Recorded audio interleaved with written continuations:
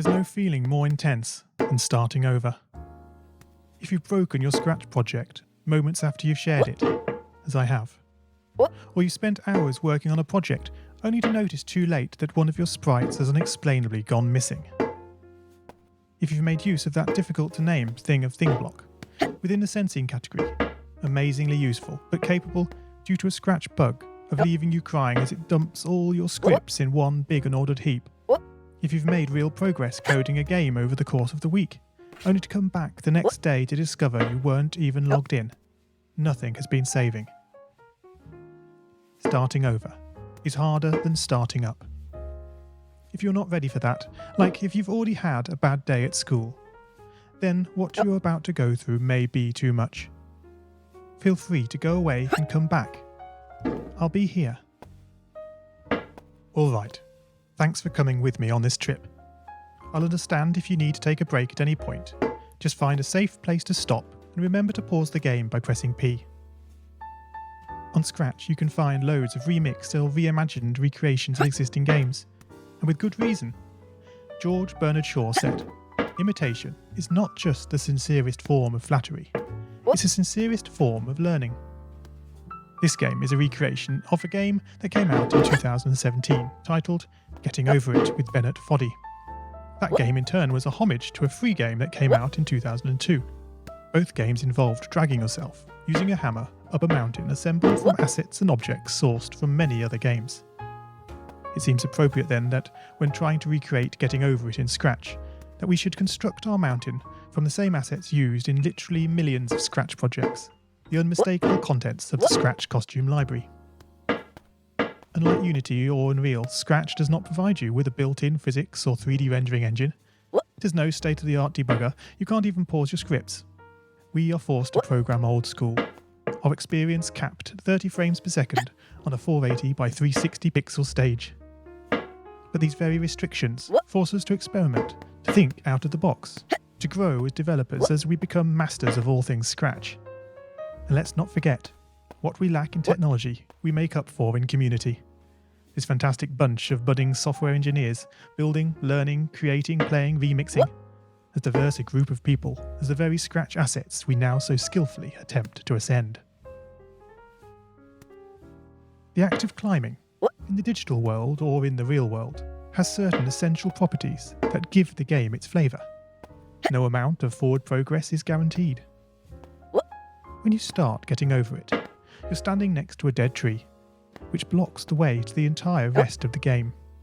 You prod and poke at it, exploring the limits of your reach and strength, trying to find a way up. When starting a new Scratch project, that initial blank slate is both refreshing and at times a little scary. Wouldn't it be great if we could travel forward in time and review our finished projects to see how well they turned out?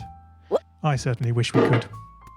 The real draw of coding, what gives it that special zing, is the challenge of accomplishing something you've never done before. At this point, you don't want to fall into the trap of rushing into creating loads of content, designing all the levels, the player costumes, all the easier stuff that can be perfected later. No, before all that, you need to prod and poke that tree. That is, understanding the coding difficulties you're expecting to face, and try out any ideas to solve them. You may not be able to time travel, but at least this way you can get a good idea of how well your project is likely to go, and potentially save yourself a lot of time. This project began life a couple of months ago as 3 simple scripts: the player, hammer, and level. I spent no time on the art, just using Scratchcat and a few rectangles drawn in the sprite editor. The scripts for the player quickly mocked up in a similar fashion to those I teach on my YouTube channel. With the hammer I had to improvise, because I'd never done anything quite like that before, and boy did I prod and poke at those scripts. What I had imagined and the results I was achieving were hard to reconcile. the hammer and the player sprites would get stuck in the walls and ground, shake and jiggle and clip up to the top of the screen. Worst of all, when I tried the bread and butter action of lifting the player up upon the hammer, any tiny movement would throw the player into a crazy up and down motion as if bouncing upon a possessed pogo stick.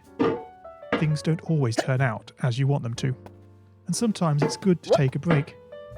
So, for the time being, I shelved the project, letting it slowly slip down the list of unshared projects, joining the countless multitude of unfinished, unseen projects that haunt the vast storage archives of MIT. Have you, as you've been playing this game, stopped to wonder how you can balance on a hammer that is held out to one side? It feels quite natural in game, but try it in the real world, and you'll not get your feet off the ground. No, this game is bending the rules of physics. Although I was not actively working on the project, the desire to code the game and solve the initial problems constantly played on my mind. Finally, I decided to give it another go. Research is a powerful tool. Don't just rely on what you think you know. YouTube can be a great resource for gameplay videos. Being able to pause and rewind the action is invaluable. Did you know that you can step through videos frame by frame using the angled bracket keys?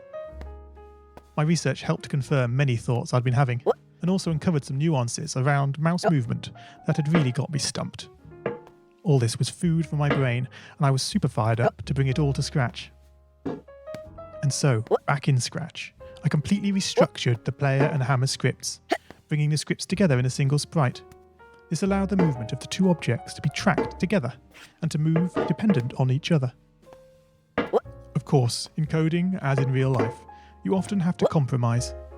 It isn't reasonable to implement a full physics engine in Scratch, but often it's enough to create a good estimate of what the player is expecting.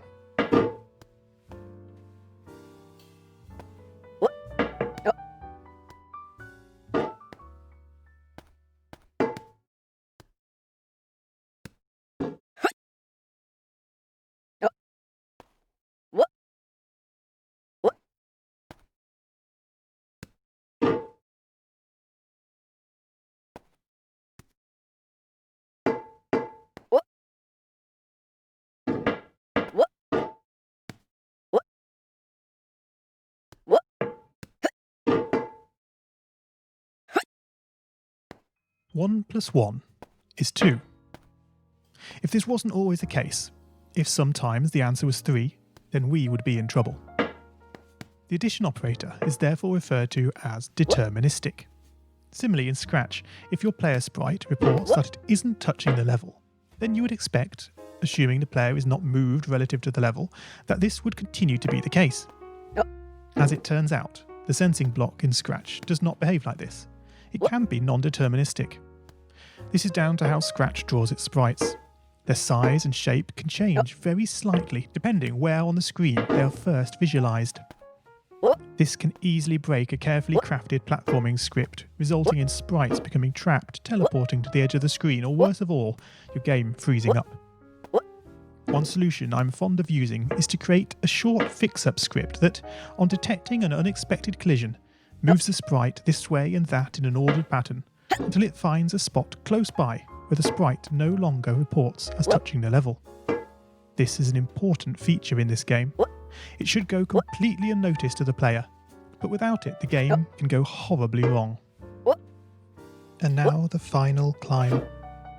I'm sorry to say goodbye, but thanks for playing my game, for giving me the time.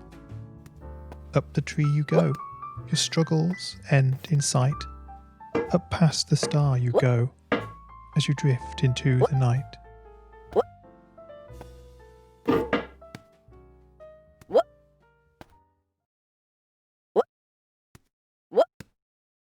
Oh man, you lost a lot of progress.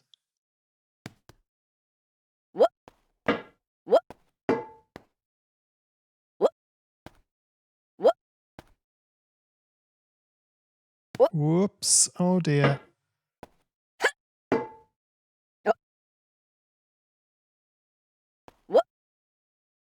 Oh no, not again. Pick yourself up, brush yourself off. What? Back up you go.